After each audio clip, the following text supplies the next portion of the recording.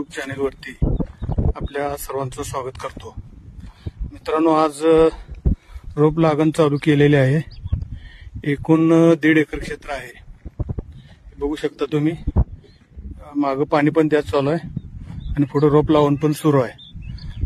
तर आपण सरीतील अंतर 5 फूट आणि 2 रोपातील अंतर 1.5 फूट ठेवलेलं आहे।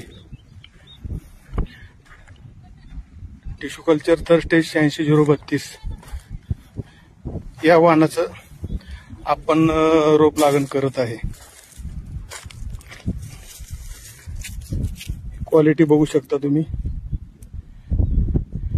स्टंप एकदम जाड आहे आणि एकदम निरोगी बियाणं आहे। तर रोप लागण करत असताना आपण 1.5 फुटावरती मार्किंग केलेलं आहे बघा। 1.5 फुटावरती मार्किंग करून रोप लावून करत आहे, म्हणजे ॲक्युरेट करेक्ट अंतरावर एकसारखे रोप बसतात। आणि त्याचबरोबर त्याच्यामध्ये आपण फरटेरा खोडकिडीसाठी टाकत आहे। कारण रोप लावण केल्यानंतर सुरुवातीच्या 1.5 महिन्यामध्ये खोडकिडीचा त्रास जास्त प्रमाणात जाणवतो। जर आपण फरटेरा टाकले तर सुरुवातीच्या 1.5 महिन्यामध्ये खोडकिडीचा त्रास आपल्याला काही जाणवत नाही। हे प्रत्येक जिथं कुदळीनं खुणा केल्या त्याच्यामध्ये टाकायचं चालू आहे।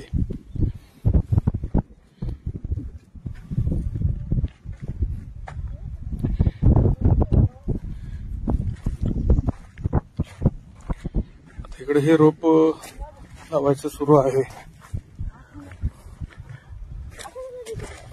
रोप टाकलेले घ्या लावा। रोप लावत असताना बघा व्यवस्थित दाबून घ्यायला लागतात रोप। आता वरनं ते पायानं दाबतात बघा। तर ह्या पद्धतीने आपण रोप लावून करायचं आहे। आणि आता याला आज पाणी दिलेलं आहे, तर उद्या किंवा परवा दिवशी याला आपण आळवणी करणार आहे। तर त्याचा सुद्धा व्हिडिओ आपल्या चॅनेलवर येणार आहे। बघू शकता,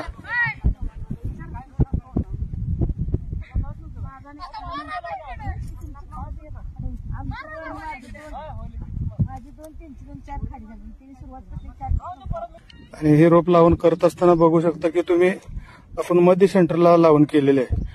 कारण आता पावसाळ्याचा दिवस नसल्यामुळं मध्य सेंटरला लावून केलं तर काही प्रॉब्लेम येत नाही। पावसाळ्यात मात्र एक बगली आपल्याला रोप लावून करावे लागते। आता हे मध्य सेंटरला केलेलं आहे, तर साधारण ह्या साईडला पावसाळ्यात करावं लागतं। कारण मध्य सेंटरला केलं तर अति पावसानं रोपांना किंवा ऊसाला मार बसतो। तर आता काही तो धोका नाही। तर बघता संघ पाणी पण चालू आहे सगळं। उष्णता भरपूर आहे, त्यामुळे लगेच पाणी दिल्याशिवाय पर्याय नाही। आणि 2 दिवसानं मला परत आणखीन एखादं पाणी द्यावं लागेल। आणि याला मित्रांनो आपण एक रान भिजवून घेतलं होतं, शुक्रवारी पाणी दिलं होतं आणि लगेच शनिवारी ह्याच्यामध्ये तणनाशक मारलेलं आहे। शंकरची फवारणी केलेली आहे ह्याच्यामध्ये आणि नंतर रोप लावून केलेले।